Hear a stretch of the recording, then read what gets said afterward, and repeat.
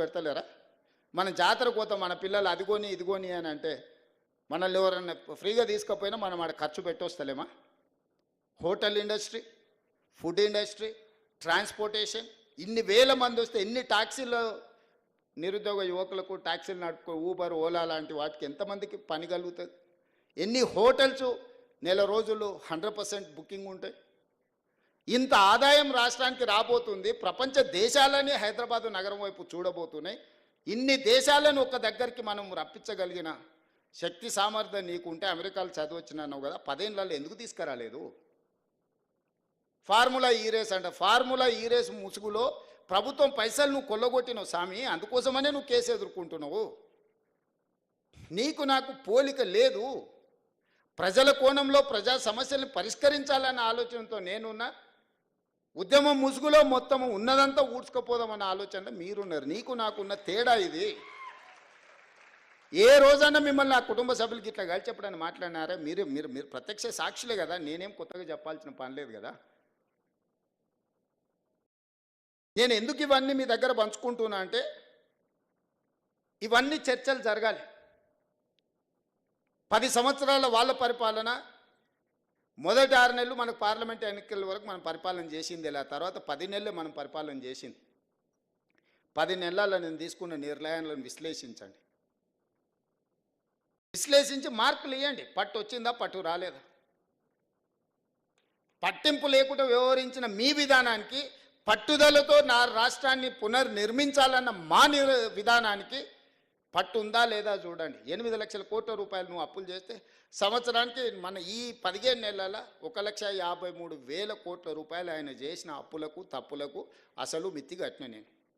అంటే నెలకు 10,000 కోట్ల రూపాయలు అసలు మిత్తి. 15 నెలల 1,53,000 కోట్లు ఆయన గారు చేసిపోయిన అప్పులకు తప్పులకు నేను లెక్క కట్టిన, పాయమాలు కట్టిన. ఊర్లలో అంటారు కదా, బందర్తో లేరురా పాయమాలు కట్టి చూర్రా అని. సరిగ్గా 15 నెలల 1,53,000 కోట్ల రూపాయలు బ్యాంకులకు నేను, 88,000 కోట్ల అసలు, 64,000 కోట్ల మిత్తి, దాదాపు 1,53,000 కోట్ల రూపాయలు నేను కట్టిన ఈ 15 నెలలు. ఈ 1,53,000 కోట్లు ప్రజలు కట్టిన పన్నులు నా దగ్గరనే ఉంటే 75 లక్షల మంది రైతులకు 2 లక్షల రూపాయల రుణమాఫీ ఒక గంటలో చేసి ఉండేటోని.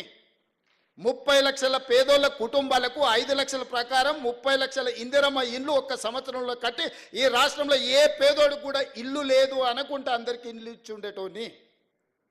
నేను అప్లికేషన్లు తీసుకుంటే నాకు ఇల్లు కావాలని అడిగిన వాళ్ళు 25 లక్షల మంది.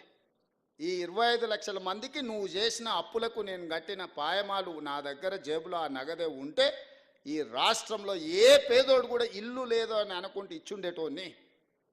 ఒక వ్యక్తి, ఒక కుటుంబం చేసిన అప్పులకు మొత్తం తెలంగాణను సర్వం వడ్డీ కడితే కూడా ఇది ఒక్క సంవత్సరంతో తీరేది కాదు. ఇట్లా నేను ఎంతకాలం ఉంటే అంతకాలం ఇట్లా కట్టాల్సిందే. ఇంకా పెరుగుతూనే ఉంది, తగ్గుతలేదు. ఇంతెందుకు ప్రభుత్వ ఉద్యోగులకు 58 ఏళ్ళని 61 ఏళ్ళకి చేసింది. ఇప్పుడు ఆ 61 ఏళ్ళు కూడా అయిపోయి రిటైర్ అయిపోతారు. పాతోళ్ళకు కొత్తోళ్ళకి కలిసి రిటైర్మెంట్ బెనిఫిట్స్ 8,000 కోట్ల రూపాయలు బకాయిలు పెట్టిపోయింది. నేను నెలకు 200 నుంచి 300 కోట్లు నాకున్న వెసులుబాట్లు వాళ్ళకి ఇస్తే ఏ మూలకి సరిపోతాయి? ఎవరికి ఇవ్వాలి? నేను 35 ఏళ్ళు ప్రభుత్వ ఉద్యోగం చేసిన ఉద్యోగస్తులకు రిటైర్మెంట్ బెనిఫిట్స్ ఇవ్వడానికి రూపాయి కూడా లేకపోవడం వల్ల నానా తంటాలు పడి తల తాకట్టు పెట్టి నెలకు 200, 300 పెళ్ళున్నోళ్ళకు, హాస్పిటల్లో చావు బతుకుల మధ్యలో ఉన్నోళ్ళకు, అత్యవసరం ఉన్నోళ్ళకు సర్దుకుంటూ వస్తున్నాం. ప్రభుత్వ ఉద్యోగుల బెనిఫిట్స్ 8,000 కోట్లు బకాయిలు పెట్టి ఆయన ఇవ్వని కనిపించాడు. ఎవరు అడగడానికి అవకాశం లేదు కాబట్టి వాళ్ళని అడగలేకపోయారు. నేను అందరికి కలుస్తా, అందరికి కనిపిస్తా, అందరిని రప్పిస్తున్నా. వాళ్ళు వచ్చి నిరసన తెలుపుతారు. ఇదేదో రేవంత్ రెడ్డి చేసిన తప్పని మీరు అనుకుంటారు. సోషల్ మీడియాలో మళ్ళీ ఆయన్నే పెడతాడు, సచివాలయంలో ధర్నాలు చేసిన ప్రభుత్వ ఉద్యోగులు రిటైర్మెంట్ అని. ఎవరి లైబిలిటీ ఇది? ఒక చిన్న అటెండర్ రిటైర్ అయితే 50 లక్షలు మినిమం బెనిఫిట్స్ వస్తున్నాయి. ఒక average employee, gazetted rank employee retired అయితే 1,15,00,000 నుంచి 1,20,00,000 బెనిఫిట్స్ ఇవ్వాల్సి వస్తుంది. ప్రతి నెల 1000 మంది మినిమం రిటైర్ అయిపోతున్నారు యావరేజ్గా. సంవత్సరం తిరిగే వరకల్లా ఒక 10,000 మంది ప్రభుత్వ ఉద్యోగులు రిటైర్ అవుతారు. వాళ్ళ బెనిఫిట్స్ అనేది 100 కోట్లు నాకు వరదలాగా యాడ్ అవుతున్నాయి.